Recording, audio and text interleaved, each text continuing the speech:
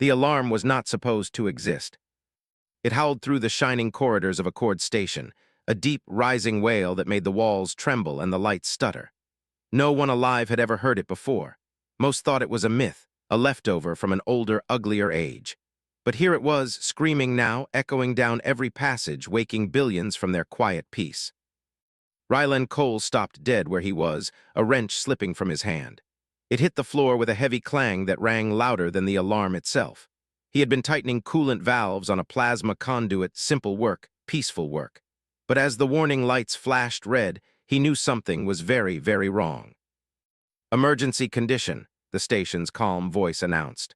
"Level Omega, all council representatives to the chamber immediately."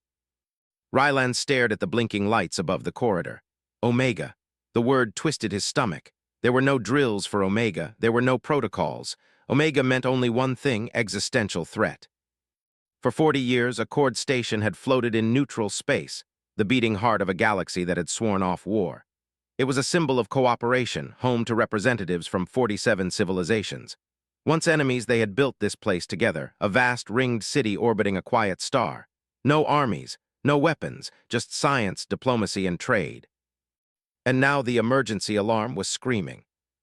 Ryland grabbed his tool belt and ran. The council chamber was already crowded when he arrived. It was a vast amphitheater, a ring of tiered seats rising around a circular floor. Each seat was shaped for a different species, some for oxygen breathers like Ryland, others sealed in methane domes or filled with nutrient mist. The air shimmered with translation fields. A rainbow of bodies and biologies filled the room, but they all shared one thing in common. They were afraid. Ambassador Cathos spotted Ryland from across the floor, the tall, four-eyed being raised one slender arm in greeting. Cathos had been Ryland's closest friend since he'd arrived on Accord 12 years ago, one of the few who didn't flinch when the word human was spoken. Ryland pushed through the crowd and joined him near the railing. "What's going on?" he asked, breathless. Cathos's inner eyes blinked rapidly, a sign of deep stress, something we hoped we would never see again. At the center of the chamber, a hologram flickered to life. It showed the spiral arms of the galaxy. Red markers pulsed along the edge, dozens of them. Each one was labeled with a world name, and beside each name was a single word: silent.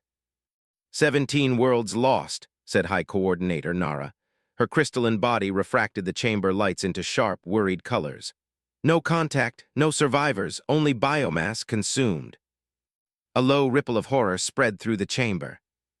"The Devourers," someone whispered. Ryland had heard the stories. Everyone had. Ancient tales of a hive-mind species that devoured all biological matter, worlds stripped to the bedrock, civilizations erased. But those stories were older than human civilization itself. The Devourers were supposed to be gone, pushed to the edge of the galaxy thousands of years ago. "They've returned," Nara said, "and they are moving faster than ever before. Our projections suggest they will reach the mid-rim territories in less than 2 standard years." A heavy silence fell. "What military response can we mount?" asked Commander Throws, a massive insectoid whose kind had once ruled an empire by force. His voice trembled as he spoke. "We must have fleets, defenses." Nara's light dimmed. "We have patrol ships, escort vessels, science craft, but no war fleets. We dismantled those generations ago." "Then we must rebuild them," someone else shouted. "We must fight." "It would take decades," Nara replied. "By then, the Devourers will have consumed half the galaxy." Voices erupted in panic. Proposals flew. Evacuation, surrender, negotiation. All were meaningless. Everyone knew the truth: the Devourers could not be reasoned with, and there was nowhere safe to flee. Ryland watched the chaos with growing frustration. They were brilliant scientists, philosophers, diplomats, but none of them knew war. None of them had fought one in 1,000 years.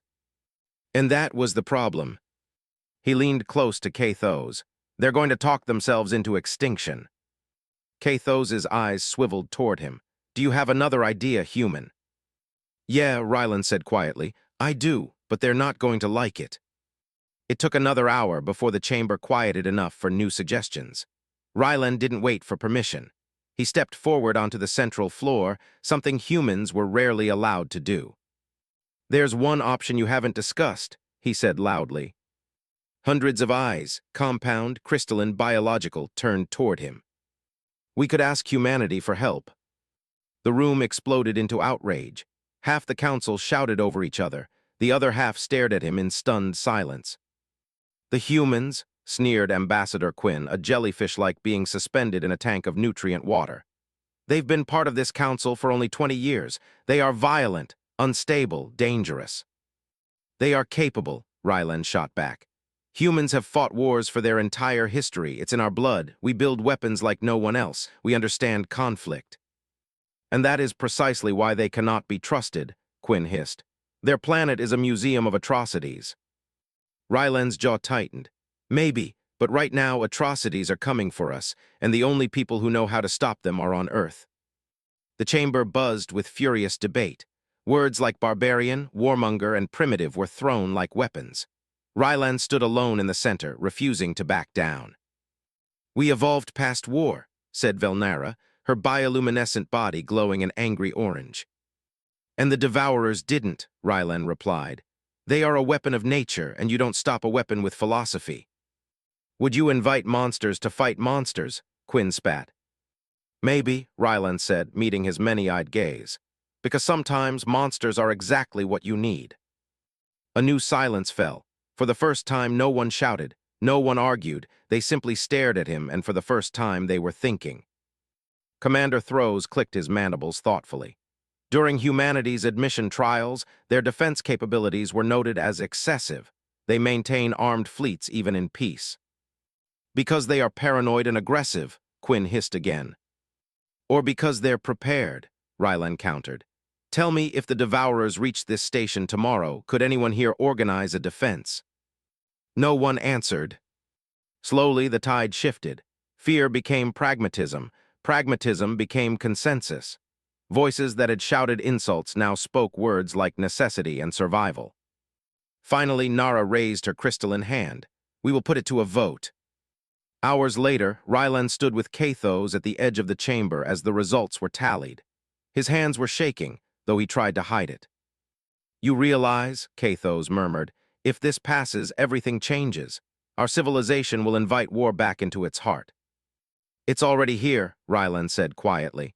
We don't get to choose that, but we can choose whether we survive it. The final votes appeared on the chamber's main display. Yes, 25. No, 22. The motion passed by the smallest of margins. The Galactic Council would ask Earth for help. Ryland let out a slow breath he hadn't realized he was holding. But his relief lasted only a second before the weight of what they'd just done settled on him like cold iron. Somewhere across the vast darkness of space, humanity would soon receive the call. And when they came, they would not come as diplomats or explorers. They would come as warriors. The Council has voted, Earth will be called. The galaxy has just invited humanity's war machine into its heart, and nothing will ever be the same again. 3 weeks later, the galaxy came to Earth, and nothing prepared them for what they found. Ambassador Kathos stood at the viewport of the diplomatic cruiser Serenity's Voice as it slipped out of hyperspace at the edge of Sol system. He expected to see something familiar, a scattering of orbital stations, a few defense platforms, maybe a handful of patrol ships. Instead, his breath caught in his throat.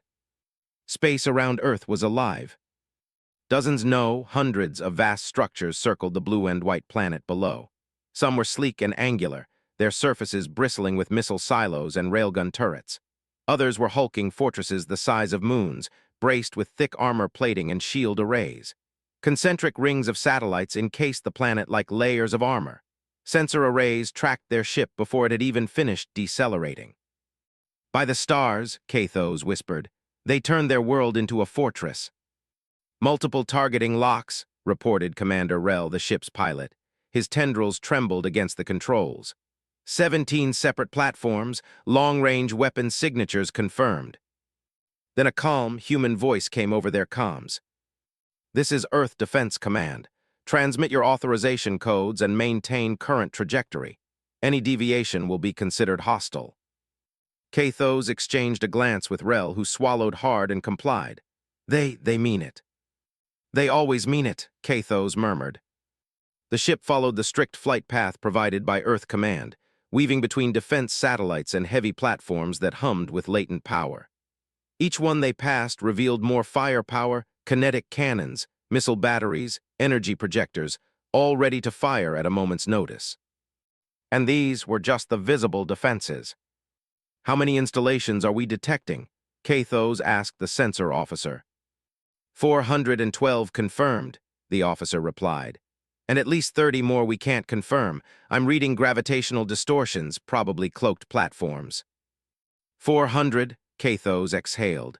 The Council had regulations, strict ones, about planetary defenses. Earth had exceeded them tenfold. They've built a wall around their home. "Council regulations," Commander Rel said quietly, "were written by species who forgot what danger looks like." Kathos didn't reply. He couldn't. For the first time, he wondered if they had unleashed something they couldn't control. The Serenity's voice was met in orbit by a formation of human warships. They were nothing like the smooth, graceful vessels the Council built. These were angular, predatory things, all sharp edges and heavy armor, bristling with weapons. They moved with purpose, surrounding the diplomatic ship and guiding it toward a docking platform over Earth's northern hemisphere. "Welcome to Earth," said a woman waiting for them as the airlock hissed open. She wore a dark blue uniform trimmed with silver. Her black hair was pulled into a severe bun, and her eyes, sharp and cold, seemed to see everything at once. "Admiral Alina Chen," she introduced herself, "Commander of United Earth Defense." "Admiral," Kathos said, bowing slightly in his people's custom. "We are honored." "Let's hope you remain that way," Chen said with a small, tight smile. "You want to discuss war, I'll show you what that means." Their tour began at the Fleet Command Nexus, a massive facility in geosynchronous orbit.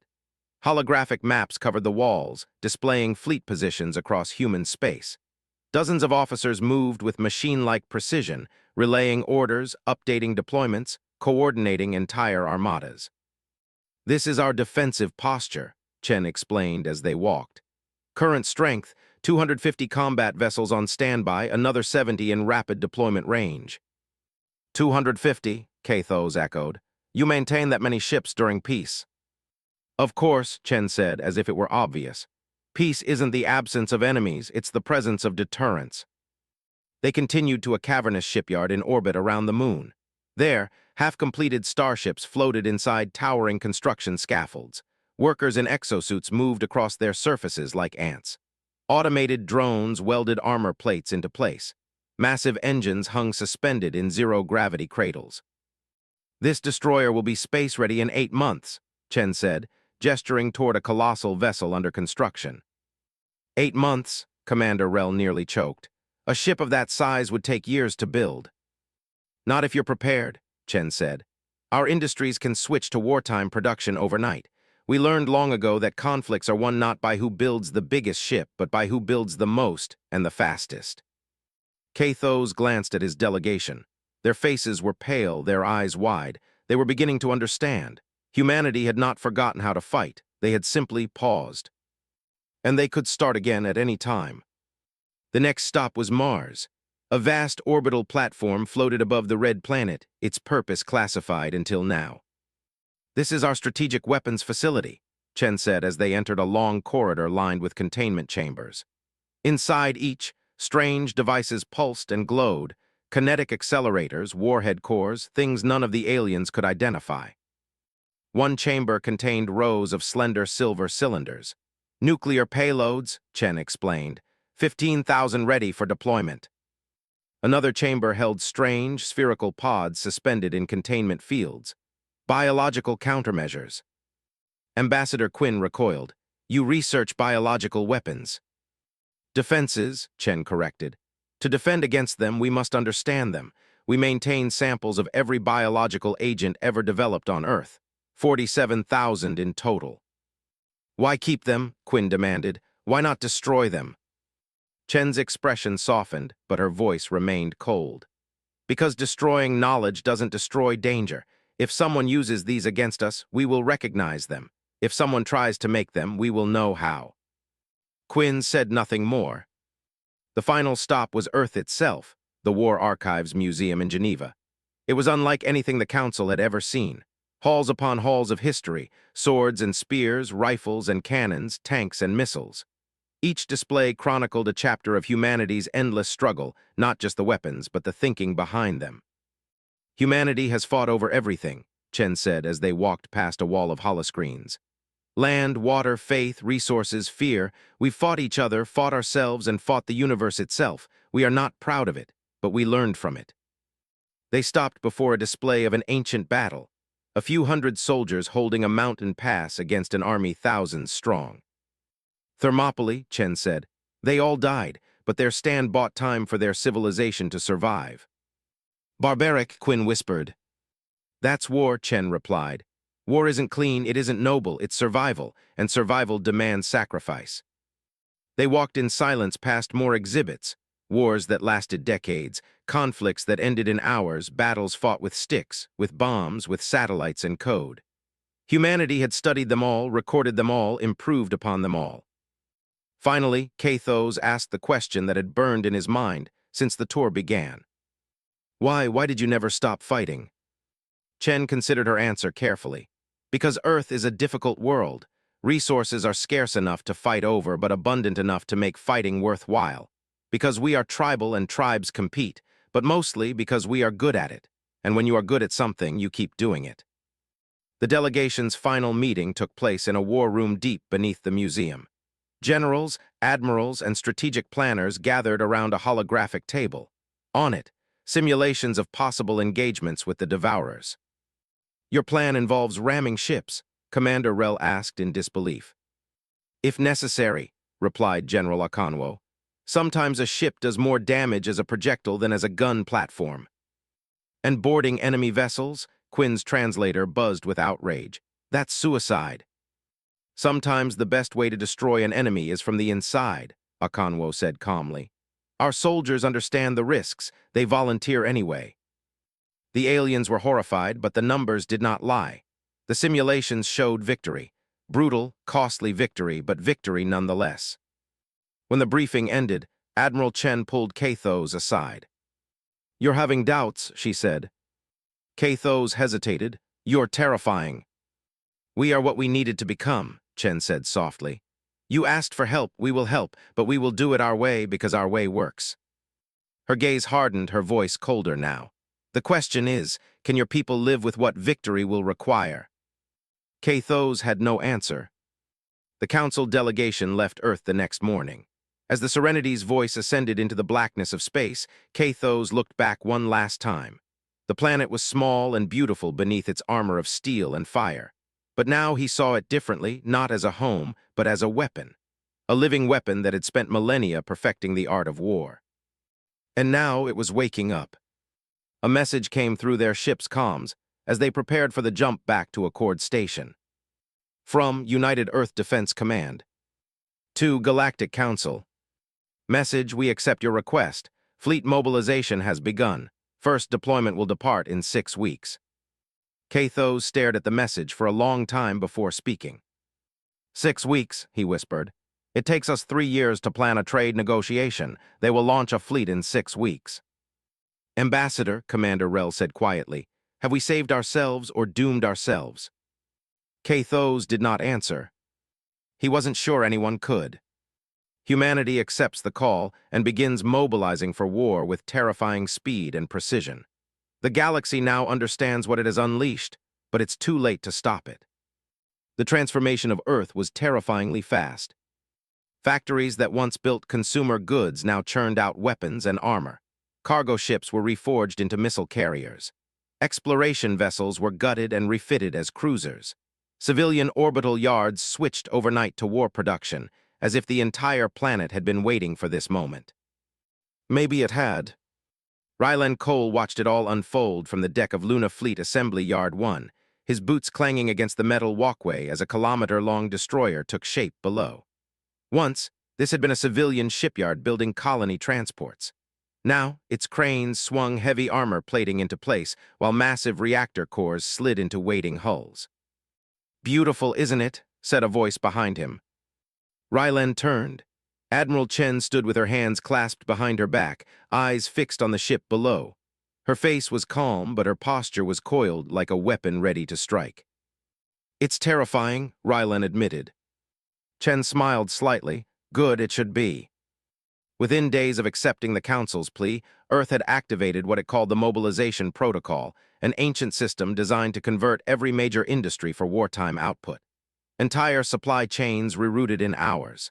Civilian megacorps were nationalized without debate.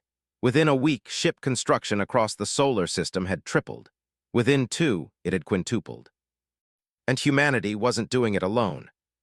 Council species sent materials, engineers, and volunteers to assist. They were eager to learn, but most were unprepared for humanity's brutal pace. In a cavernous training field on Luna, Rylan knelt beside a group of alien engineers, guiding their hands as they calibrated a fusion manifold. They were bright, brilliant even, but slow and methodical. Too slow. "You're thinking like scientists," he told them. "That's great in a lab, but in a war zone you fix it fast and move on. Perfect is the enemy of done." A young Vin engineer looked up with wide, uncertain eyes. "But what if it fails?" "Then you fix it again, and again, and again, until the shooting stops," Rylan said. "Speed over elegance, always." They nodded, trying to adjust their careful precision to his crude urgency. Elsewhere, alien soldiers drilled under the brutal instruction of human drill sergeants. They were taught how to clear rooms, breach hulls, fight in zero gravity. Many collapsed under the intensity. Some quit outright. Most had never been yelled at before, certainly not by humans who treated combat like breathing. "Faster," bellowed Sergeant Rodriguez, packing a line of Quellan recruits struggling to reload rifles.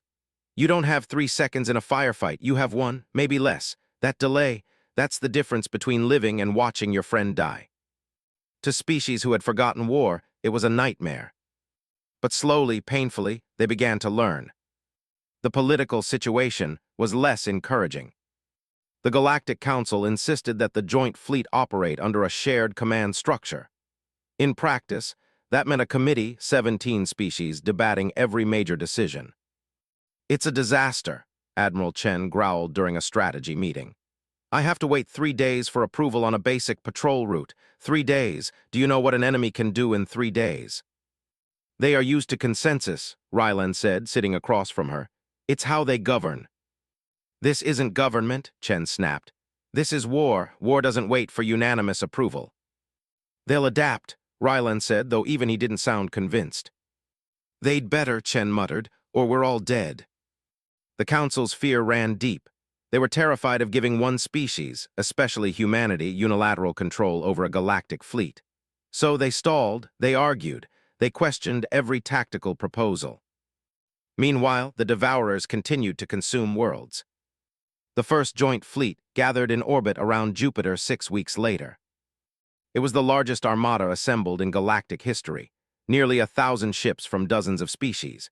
Human destroyers and cruisers formed the vanguard, sleek and deadly. Around them clustered alien vessels of every shape and size, bulbous Vin transports, crystalline Quellan frigates, insectoid throws gunships. Each ship reflected the culture that built it. Together, they looked chaotic and disorganized. Rylan watched the fleet from the viewport of the UEA Indomitable, Admiral Chen's flagship. He had never seen anything like it. It was breathtaking and fragile. "They're not ready," Chen said beside him. "They're learning," Rylan replied. "Not fast enough." A comm signal interrupted them. It was Cathos, his voice tight with concern. "Ambassador reports indicate Devourer forces massing near the Keller system," he said. 3 million civilians, 2 moons, multiple orbital colonies if they attack." "They won't attack," Chen interrupted. "They're already there." Silence fell. Rylan felt his chest tighten. Keller wasn't just another system. It was a symbol, a beacon of cooperation and trade. If it fell, panic would spread across the galaxy. "When do we leave?" Rylan asked. Chen turned to face the fleet, her expression like carved steel. "Immediately." Preparation took 24 hours. Ships fueled, armed, and stocked. Crews briefed. Evacuation orders sent to Keller, though everyone knew they'd never make it in time. The Council convened a final emergency session aboard the Indomitable. Some representatives argued for delay, claiming the fleet needed more time. Others demanded evacuation and surrender, but Admiral Chen silenced them all. "Every hour we wait," she said coldly, "is another billion tons of biomass the Devourers consume. We move now or there won't be a Keller left to save." Her words ended the debate. The fleet aligned for hyperspace jump. Hundreds of ships shimmered with drive light, engines humming like the heartbeat of a sleeping giant. Ryland stood on the bridge beside Chen, staring out into the endless dark. "Do you think we're ready?" he asked. "No," Chen said simply, "but we're going anyway." He swallowed. First war humanity's fought with someone instead of against them. Then let's make it one they'll never forget. The countdown began, bridge lights dimmed, crew strapped into their seats. Final checks echoed through the comm system. Jump solution locked. All ships report combat readiness. Fleet synchronization achieved. Ryland's heart pounded as the seconds ticked down. This was it, the moment everything changed. For centuries, the galaxy had lived in peace. Now peace itself was going to war. "Helm," Chen said calmly. "Execute jump." The stars stretched into lines of light. The fleet vanished into hyperspace. In the cold dark between the stars, Hfy stood alone in the observation deck of the Council vessel Radiance, his eyes fixed on the shifting colors of hyperspace. "Do you regret it?" came a voice. Ryland stepped out from the doorway, leaning against the railing. He looked tired, more tired than Hfy's had ever seen him. "Regret what?" Hfy asked. "Convincing the Council to call us." Hfy thought for a long moment. "No, but I am afraid." "So am I," Ryland admitted. "Humans, we've never done this before, fighting for something instead of fighting against someone." "Perhaps that is why it will work," Hfy said softly. "You fight hardest for the things you love." Ryland smiled faintly. "Let's hope so." The two stood in silence as the ship hummed around them, an old diplomat and an old soldier, bound by the fate of a galaxy. Somewhere ahead, in a system called Keller, monsters were waiting. And for the first time in 1,000 years, so was war. The UEA Indomitable emerged from hyperspace first, followed by the rest of the joint fleet. The Keller system lay before them, a pair of moons, a gas giant, a scattering of orbital stations. And something else. "Contact," the sensor officer reported immediately. "Multiple contacts, hundreds." The tactical display lit up with crimson icons, devourer ships, organic, pulsating, alive. A swarm of them, more than anyone had ever seen in one place. "Estimate?" Chen asked. 400+ vessels. And, Admiral, they've already consumed 60% of the system's biomass. Ryland stared at the display. It was a nightmare, stations turned into living hives, moons covered in pools in growth, ships that moved like predators hunting prey. "Orders, Admiral?" the helm asked. Chen took a long, steady breath. "All ships battle formation Delta," she said. "Humans in the vanguard, Council ships in support, prepare for contact." Across the fleet, weapons powered up, shields flared to life, engines roared. Ryland gripped the railing and felt his pulse hammering in his ears. This was it. The first battle. The test that would decide if the galaxy could still fight, or if it would burn. And in the void ahead, the Devourers turned to meet them. The joint fleet has arrived at Keller system. Hundreds of Devourer ships await. Humanity and the galaxy stand on the edge of their first battle, and there's no turning back. Silence. For a heartbeat, the void was utterly still. Then the Devourers moved. Hundreds of living warships shifted as one, flowing like a tide. Their surfaces pulsed with bioluminescent veins, organic plating flexing like muscle. They turned toward the joint fleet with predatory precision. "Contact confirmed," Lieutenant Park reported. "They're coming." "Steady," Admiral Chen ordered. Her voice was calm, too calm as the bridge lights dimmed to combat red. "Hold formation. Let them make the first move." The Devourers launched a swarm of organic projectiles. They were grotesque things, living missiles, armored shells filled with infectious spores. The first wave streaked toward the fleet like a rain of meteors. "Point defense systems online," Park shouted. The human vanguard opened fire. Railgun rounds and energy beams tore through the void, detonating the incoming swarm. Explosions lit space like a storm of stars, but some of the missiles got through. A Vin cruiser screamed over the comms as one projectile tore through its hull. The impact released a cloud of spores that devoured everything organic they touched. Emergency bulkheads sealed the infected sections, but half the ship was lost in seconds. Containment protocols engaged, Park reported grimly. They're testing our defenses. Return fire, Chen commanded. The human ships answered with fury. Railguns hurled tungsten slugs at near-light speeds, tearing through devourer hulls. Missile salvos streaked toward the enemy, detonating with nuclear force. Directed energy weapons carved molten wounds into organic armor. 16 devourer ships died in the first volley. Dozens more were crippled, but the swarm adapted quickly. They shifted formations, reducing target profiles. They released clouds of biological chaff that scattered energy beams. They targeted the weakest ships, the alien ships. A Quellan destroyer took fire from 3 devourer vessels simultaneously. Its shields buckled, armor shattered, its engines failed. Destroyers 7, 9, and 11, Chen barked. Intercept and shield that ship. 3 human destroyers broke formation and accelerated toward the Quellan vessel, their shields flaring under enemy fire. 1, Destroyer 9, took the brunt of it. Projectiles tore through its armor. Atmosphere vented into the void. Destroyer 9 reporting catastrophic damage, Park said. Engineering section gone, reactor unstable. Order them to retreat, Chen replied. Captain Martinez says they can still fight. Chen's chest tightened. She knew that tone, the voice of a captain who had already accepted their fate. Order them to retreat, she repeated. Acknowledged, but they're not responding. On the tactical display, Destroyer 9 turned sharply, directly toward the nearest devourer ship. Martinez, Chen whispered, what are you doing? The comm crackled. Admiral Reactor, going critical. Recommend you use us while we're still useful. It's been an honor. Martinez. The channel cut off. Clear Sector 73 Alpha, Chen shouted. All ships get clear. Destroyer 9 accelerated to ramming speed. It slammed into the devourer vessel head-on. Its reactor, already unstable, detonated on impact. The explosion was massive, a sun-bright flare that vaporized the devourer ship and crippled 2 more nearby.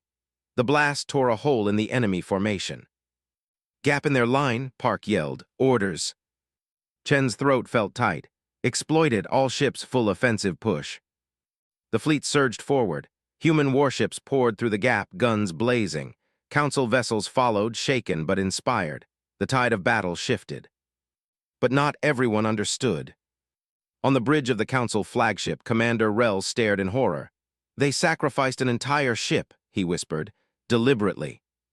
Kathos closed his eyes. They call it tactics. The battle raged for hours.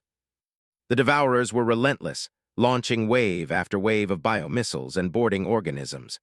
Some enemy ships latched onto hulls like parasites, forcing boarding parties to fight them off in brutal close-quarters combat. Human marines cut through writhing tendrils with plasma cutters and detonated charges to pry the creatures loose. Rylan found himself deep inside a damaged Vin cruiser, leading a team of engineers trying to keep its engines running. The ship's hull groaned under repeated impacts. We're losing containment on Deck 6, shouted a Vin officer. Seal it off and reroute power to the main coils, Rylan yelled back. I don't care if it's ugly, make it work. But, make it work. The Vin hesitated, then obeyed. The engines roared back to life and the ship limped back into formation. Rylan wiped sweat from his brow, heart hammering. They're learning, he thought, slowly, but they're learning. Outside, the Devourers adapted again. Their ships began to link together, forming massive organic conglomerates. They unleashed devastating bioplasma bursts that melted armor and shattered shields. Human fleet taking heavy damage, Park reported.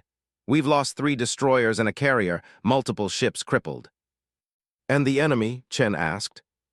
78 confirmed kills, over 100 damaged. Not enough, it wasn't enough. Chen stared at the tactical display. The Devourers were falling back, but not fleeing.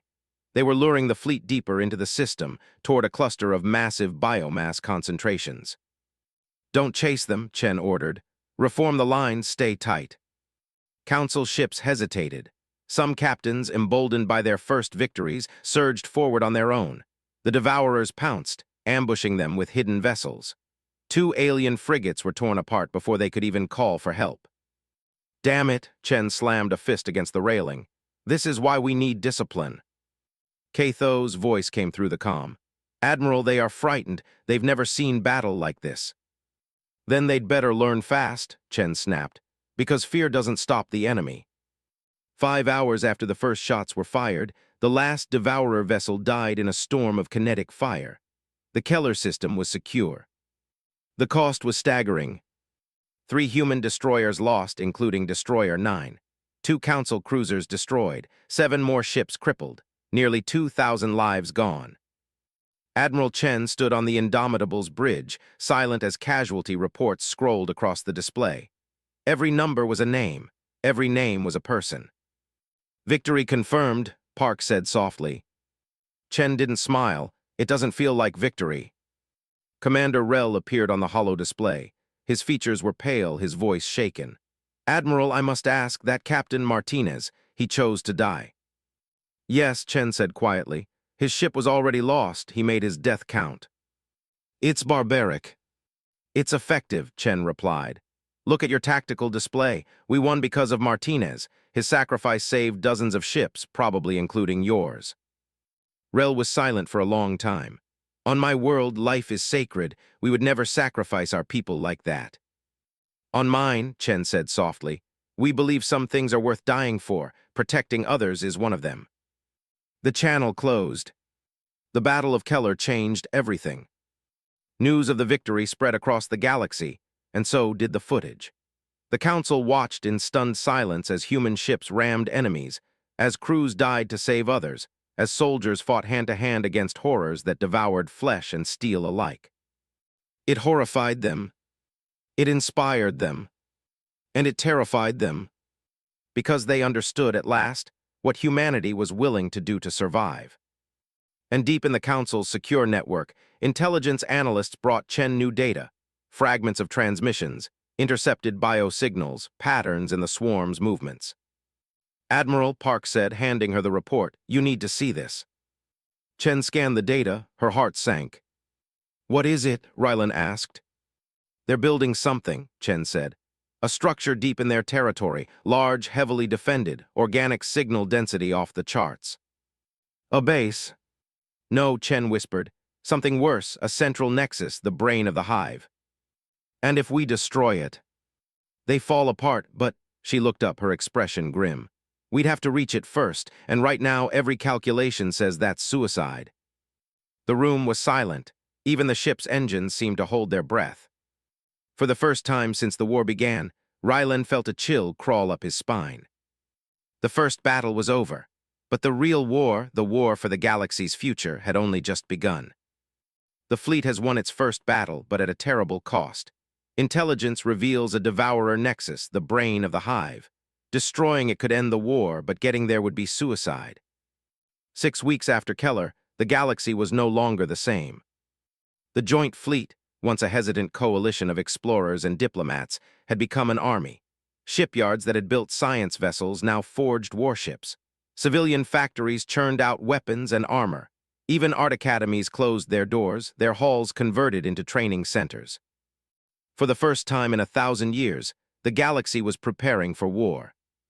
Lieutenant Maria Rodriguez ducked behind a jagged ridge of steel, sweat running down her back as the ground shuddered under simulated bombardment. Around her, a dozen Vin soldiers moved clumsily into cover. Their breathing masks hissed, their soft hands fumbling with rifles that looked alien in their grasp. Move, move, move, Rodriguez shouted. This isn't a picnic, it's a battlefield. One of the Vin, tall and timid, peeked over the barricade and was immediately tagged by a pulse round from a drone turret. His armor flashed red, simulated death.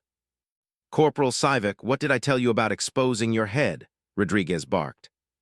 Not to do it, Sivik murmured, ears drooping. Then why'd you do it? I was curious what was out there. Rodriguez sighed. Curiosity gets you killed, and dead soldiers don't get to be curious. She knelt beside the squad. Listen up. You're not hunters, you're not predators, you're herbivores, peaceful, that's fine.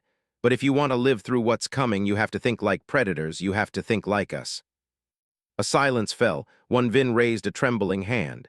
Sergeant, are you asking us to become monsters? No, Rodriguez said, her voice softening. I'm teaching you to fight monsters. There's a difference. Monsters kill because they must. Soldiers kill because they choose to protect people who can't protect themselves. That choice is what makes us civilized. The Vin nodded slowly, and for the first time, Rodriguez saw something new in their eyes. Resolve. Training centers bloomed across human and alien worlds alike.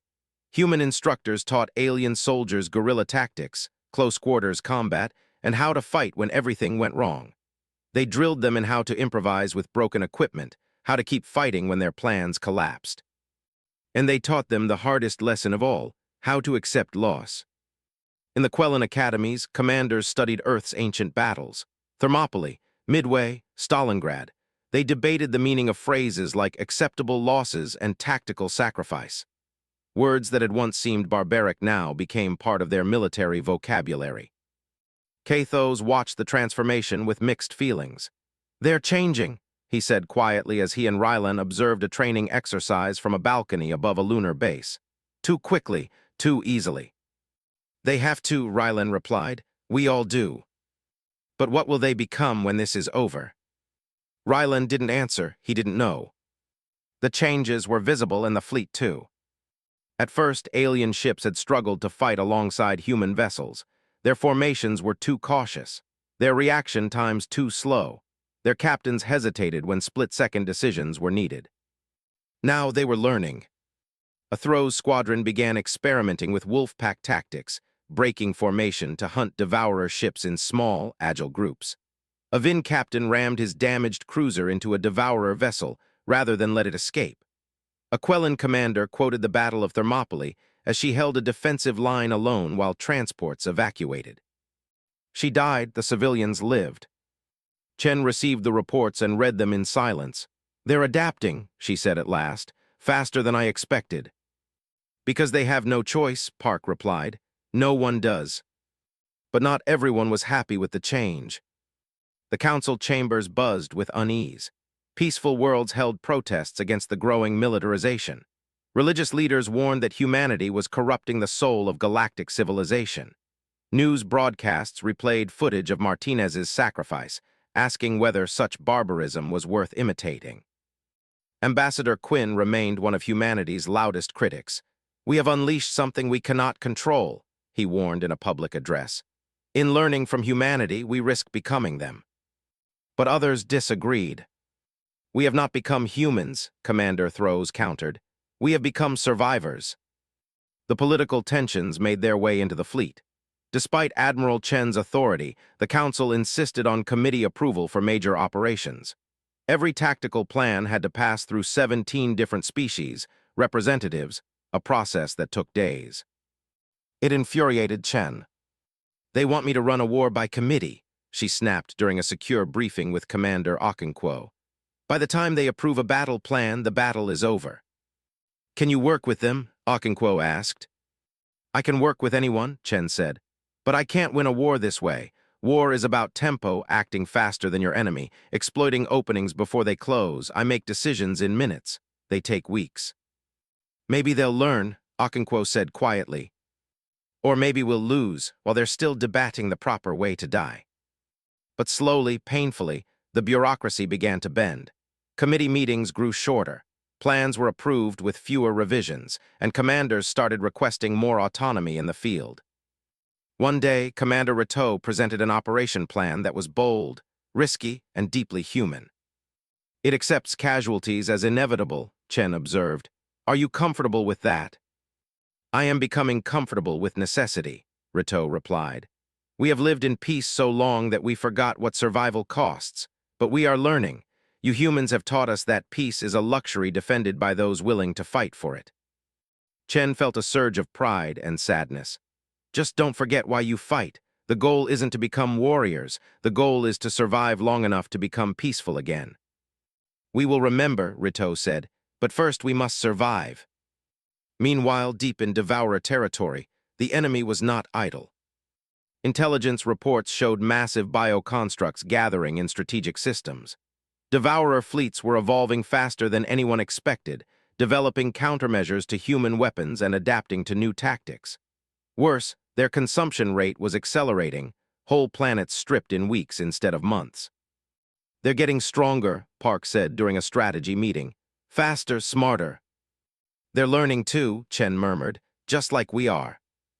It was becoming a race, adaptation against adaptation, evolution against ingenuity. And humanity knew better than anyone that races like that ended only one way, with one side extinct. The Nexus remained their ultimate target. Intelligence analysts confirmed its location, a massive organic structure deep within Devourer space. It pulsed with a signal stronger than anything else in the swarm. The brain of the hive, Chen said during a war council. Destroy it and the Devourers collapse into chaos. And if we fail, asked Commander Throws, then this war becomes endless. The room was silent. Can we reach it? Rylan asked. Not yet, Chen admitted. The defenses are too strong. Any fleet that tries would be annihilated before it got close. Then we need a plan they won't expect, Kathos said quietly. Chen turned to him. Something crazy. Something human, Kathos replied. A slow smile spread across Chen's face. I think I might have an idea. For weeks, the fleet prepared. War games simulated possible approaches to the Nexus. Engineering teams designed new weapons specifically tailored to breach organic defenses. Special forces units trained for deep penetration assaults. It was insane, it was suicidal, and it was the only chance they had. The plan was simple and brutal. The fleet would split into 3 groups. The first, composed mostly of council ships, would launch a diversionary assault on the outer defenses. The second, heavy human warships, would smash through the middle line. The third, a small, fast strike force, would slip through the chaos and hit the Nexus directly. It was a plan built on sacrifice. The first group would suffer massive casualties. The third might not return. No one flinched.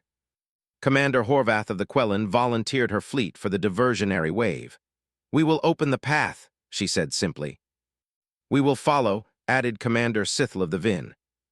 Throws slammed his clawed hand against the table. And we will break their line.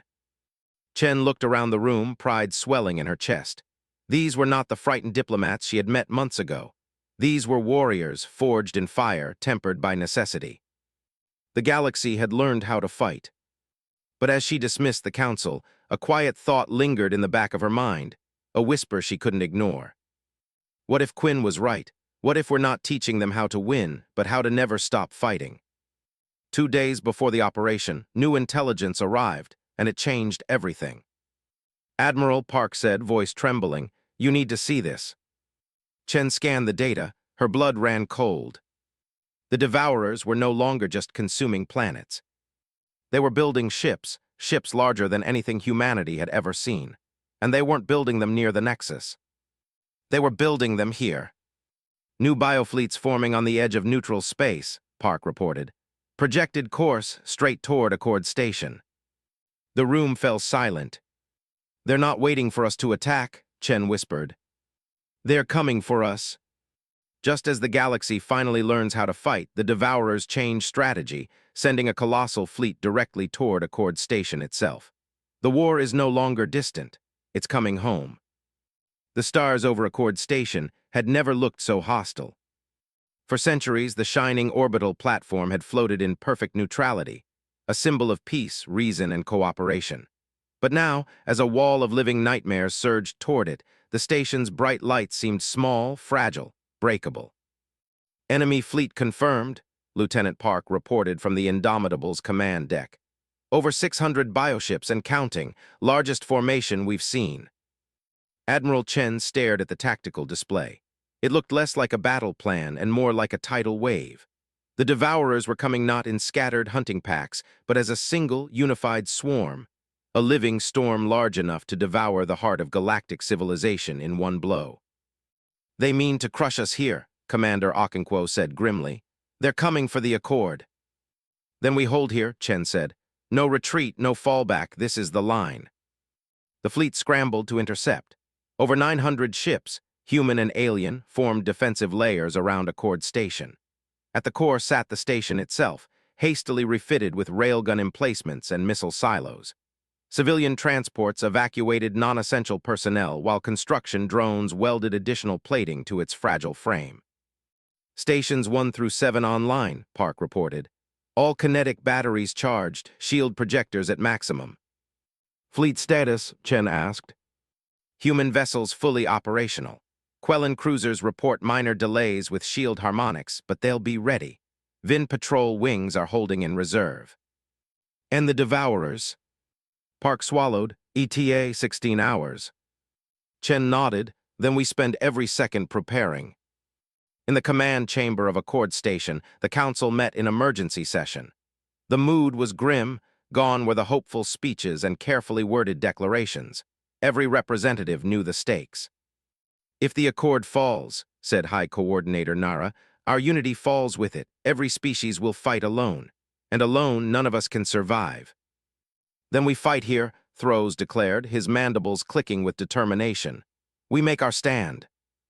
And if we fail, Quinn asked softly, what then?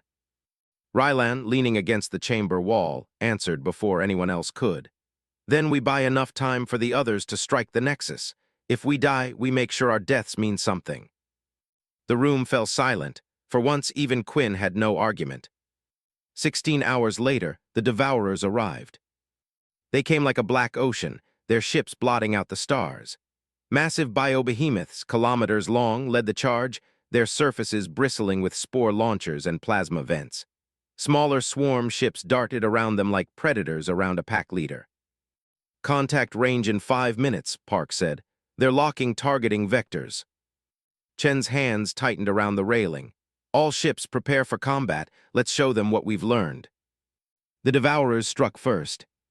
A rain of organic projectiles streaked toward the defensive line, glowing with bioplasma. Point defense cannons opened fire, filling the void with webs of tracer rounds.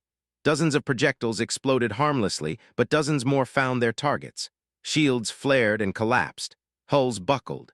A Throws battleship disintegrated under the first volley. Return fire, Chen shouted. The sky lit up with fury. Human railguns spat tungsten slugs at near-light speeds. Quellan plasma lances carved glowing scars into the swarm. Vin torpedo pods detonated with nuclear brightness. For every Devourer ship destroyed, 2 more surged forward. Breaches on the outer line, Park yelled. We've lost patrol groups Alpha and Delta. Pull them back to secondary formation, Chen ordered. We can't hold the edge, make them pay for every kilometer. The battle turned chaotic.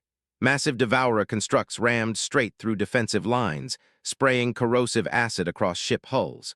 Boarding organisms latched onto frigates and tore their way inside. Human Marines fought room by room, corridor by corridor, cutting down the invading horrors with flamethrowers and pulse rifles. Rylan was among them. Seal that bulkhead, he shouted, firing his rifle into a mass of shrieking biomass. The creature split apart, but 3 more slithered through the breach. Grenade now. A Vin soldier hurled an explosive charge into the swarm. The blast tore the attackers apart, showering the corridor with burning ichor. Status, Rylan barked. Engineering deck compromised, the Vin replied, panting. We're losing containment on the starboard core. Then we blow the core before they do, Rylan snapped. Better a dead ship than a Devourer nest. Hours bled together in a haze of fire and screams. By the 10th hour, both sides were bleeding.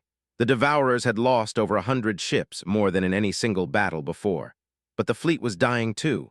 43 Allied vessels destroyed. Accord stations' shields failing. Ammunition stocks dwindling. Outer defense line collapsing, Park reported. We can't hold much longer. Then we don't, Chen said. Signal all ships phase 2. It was a desperate gamble, one humanity had used countless times before. As the defensive lines crumbled, the fleet would fall back to draw the enemy into a tighter kill zone surrounding the station.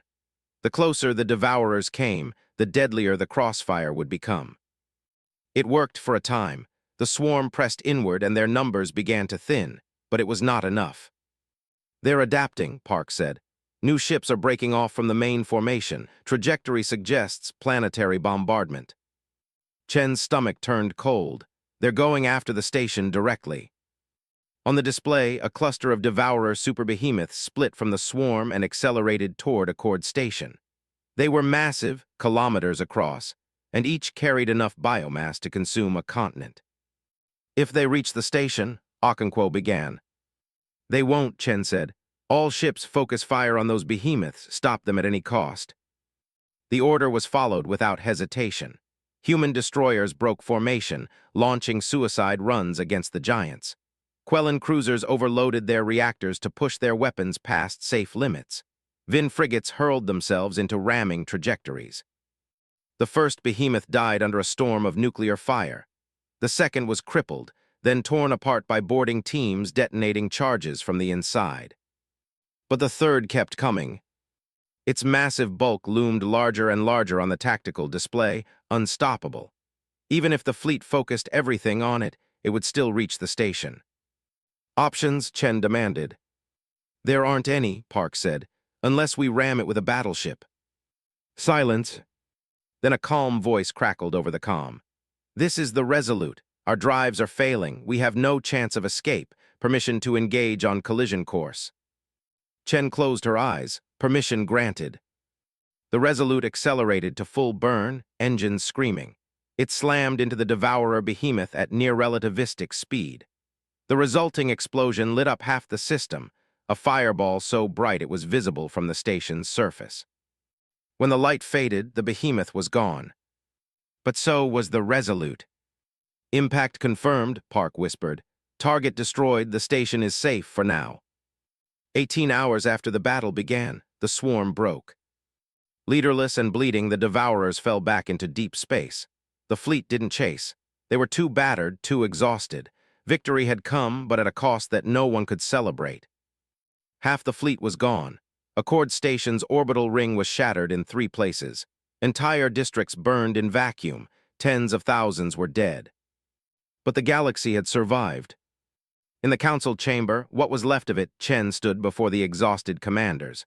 Her uniform was scorched, her face streaked with soot and blood, but her voice was steady. They threw everything they had at us, she said, and we're still here. Barely, Quinn muttered. Barely is enough, Chen said, because now we know something they don't. And what is that? Kathos asked. That this was their last, desperate move. They concentrated their forces here, leaving the Nexus underdefended. This is our chance.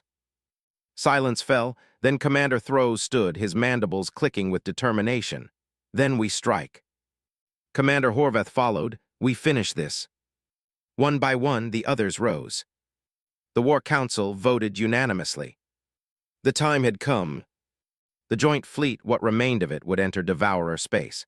They would face impossible odds. They would lose ships. They would lose friends, but they would reach the Nexus or they would die trying. 3 days later, the battered but unbroken fleet assembled at the edge of known space. 700 ships, less than half of what they'd begun with, prepared for the most dangerous mission in galactic history. On the bridge of the Indomitable, Chen addressed the fleet. We've lost much, she said. Friends, ships, worlds, but we have not lost hope. We fight not just for survival. We fight for every life the Devourers would take. We fight for the right to exist. She paused, looking out at the endless stars. This is it. The road ends at the Nexus. Make peace with your gods, say your prayers, and remember we are humanity. We don't run from monsters. We teach them to fear us. The fleet jumped into hyperspace. And at the heart of the galaxy, the Nexus, a living moon, pulsing with alien intelligence, stirred. It had been waiting. Accord Station is saved, but barely. The Devourers are wounded, and the path to their central hive is open.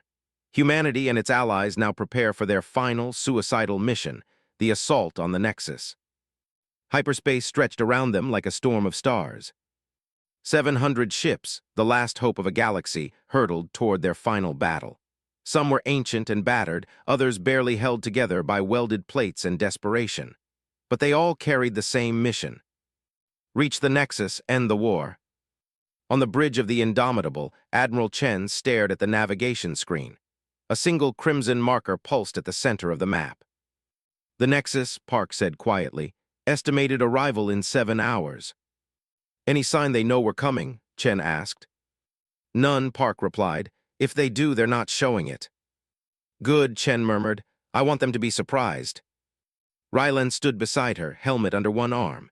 He looked older than he had at the start of the war, more tired, more scarred, but his eyes still burned with the same stubborn fire. You ever think we wouldn't get this far? he asked. Every day, Chen admitted, but we're here and that's what matters. Kathos entered the bridge, his pale scales dulled from exhaustion. The fleet is ready. Morale is fragile but strong. Fragile and strong? Rylan asked with a faint smile. Kathos inclined his head. They are terrified and they are determined. Perhaps that is what courage truly is. They emerged from hyperspace on the edge of a dead star system. There it was. The Nexus. It was beyond anything they had imagined, a moon-sized mass of living tissue orbiting a dying star, its surface pulsing with veins of glowing crimson light. Massive biostructures spiraled around it like the petals of a grotesque flower, and orbiting it was the largest devourer fleet ever assembled. Contact, Park whispered. More than 1,000 ships, possibly more. Chen stared at the display. Then we fight them all.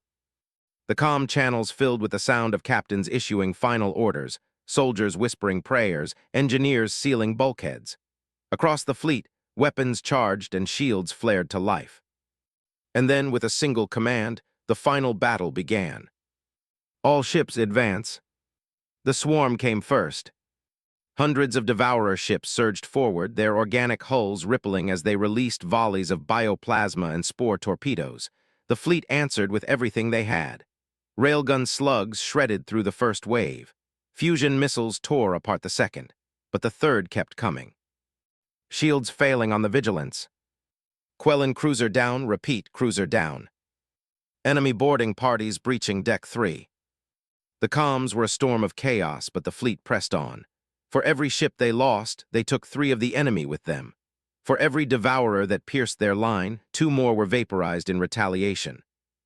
Ryland's dropship roared into the thick of it, weaving between burning hulks.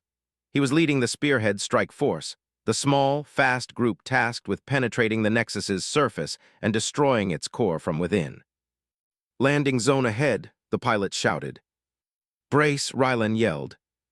The dropship slammed onto the Nexus's surface with bone-rattling force. The hull hissed and smoked where organic tendrils wrapped around it. Marines poured out, plasma cutters and flamethrowers blazing, carving a path through the writhing biomechanical landscape. Forward, Rylan roared. We're going to the heart. On the Indomitable, Chen directed the chaos. Group Alpha, focus on the left flank, punch through that wall. Group Beta, protect the spearhead. They're our only shot. Admiral, Park said urgently. Enemy reinforcements inbound, another 200 ships dropping out of FTL. Where? Everywhere. The tactical display turned crimson as the devourers poured in from all directions. The fleet was surrounded. The trap had been sprung. We can't hold this line, Okonkwo said grimly. We don't need to hold it, Chen replied. We just need to hold it long enough. She opened a channel to the fleet. All ships, this is Admiral Chen. Today there is no retreat. There is no tomorrow. Either we finish this here or we don't finish at all. Fight with everything you have. Fight for the worlds we've lost. Fight for the ones still alive, and if you must fall. Her voice softened. Evolve with purpose. The fleet roared its answer. Ryland's team fought their way deeper into the Nexus, the environment growing stranger and more hostile with every meter. Pulsing arteries lined the walls. Bioluminescent fluids flowed like rivers. Massive nerve bundles twitched underfoot. Reading heavy neural activity ahead, reported Dr. Alara, their science officer. We're close. A massive chamber opened before them, the core node. A pulsating heart of crimson and gold, the size of a skyscraper, surrounded by tendrils thicker than starships. This is it, Ryland said. Set the charges. The team spread out, planting fusion warheads around the chamber. But before they could finish, the ground itself split apart. A colossal shape rose from the depths, a guardian, a towering biomechanical monstrosity with bladed limbs and a single, lidless eye. It shrieked, the sound vibrating through their bones. Contact, contact, someone screamed. Hold the line, Rylan roared. By the time we need. The Guardian charged. Plasma fire and missiles slammed into its hide, but it kept coming. A Thro's Marine was impaled and thrown aside. A Vin soldier was crushed beneath its weight. The team was being torn apart. Charges at 70%, Alara shouted. We need more time. You'll get it, Rylan said. He grabbed a pulse rifle and sprinted toward the Guardian. Cole, Elara yelled, "What are you doing?" "Buying time." He fired at the creature's eye, drawing its attention. It swung at him, and he barely dodged. The impact shattered the floor. Rylan leapt onto a tendril, climbing toward its head. It roared and thrashed, but he held on. The Guardian's eye glared at him from meters away, and he pulled the pin on his last grenade. "Eat this." The explosion tore through the creature's skull. It convulsed, stumbled, and collapsed. "Charges at full," Elara yelled. "Get out now." "Too late," Rylan said, limping toward the exit. "Just finish it." "Cole, do it." On the Indomitable, Chen received the signal. "Charges armed," Park said. "Detonation in 60 seconds." "Pull back all ships," Chen ordered. "Everyone clear the blast radius." The fleet disengaged, burning engines red-hot as they fled the Nexus's gravitational well. Devourer ships tried to pursue, but they were too slow, too confused. They could sense what was coming. 20 seconds, Park said. Chen's hands clenched around the railing. Rylan. "No signal," Park whispered. 10 seconds. The Nexus pulsed faster, as if in panic. Its massive tendrils spasmed, and the surrounding fleet scattered in disarray. 5. Chen closed her eyes. 3, 2, 1. The universe went white. The blast was beyond anything they had ever seen. A sun bloomed where the Nexus had been, ripping it apart from the inside out. Waves of bioplasma and debris swept across space, tearing Devourer ships to shreds. The hive mind's psychic scream echoed across the galaxy and then fell silent. And with it, the swarm died. Across the battlefield, Devourer ships froze, their movements erratic and aimless. Some drifted into stars, others exploded without command. The unstoppable tide was broken. On the bridge, no one spoke for a long moment. Then slowly, Admiral Chen lowered her head. "It's over," she whispered. Weeks later, the war was officially declared won. The Devourers were gone, mindless remnants scattered and easily destroyed. The galaxy mourned its dead and began to rebuild. Accord Station, though scarred, became a symbol of rebirth. The Council declared a new era, one forged not in peace, but in the fire of survival. Admiral Chen stood before a monument on Earth, names etched into polished steel. Among them, Captain Martinez, Commander Horvath, Lieutenant Rodriguez, Rylan Cole. "He did it," Cathos said beside her. "Your friend." Chen nodded, her throat tight. "He gave us a future." "Humans have a strange way of winning wars," Cathos said softly. "Not by strength, not by numbers, but by sacrifice." "That's who we are," Chen whispered. "That's who we've always been." Years later, when the scars of the war had begun to fade, the galaxy would tell stories, stories of the day when peace forgot how to fight, and humanity reminded it. They would speak of a people who refused to surrender, who turned compassion into strength and desperation into victory. They would speak of a war that saved them all. And they would speak of a name, not as a soldier, not as a hero, but as a symbol of what it meant to fight for life itself. Rylan Cole. The Devourers were gone, but the lesson they left behind remained. Peace was not a gift. It was a victory, one that had to be defended over and over again. And thanks to humanity, the galaxy would never forget how to fight for it again.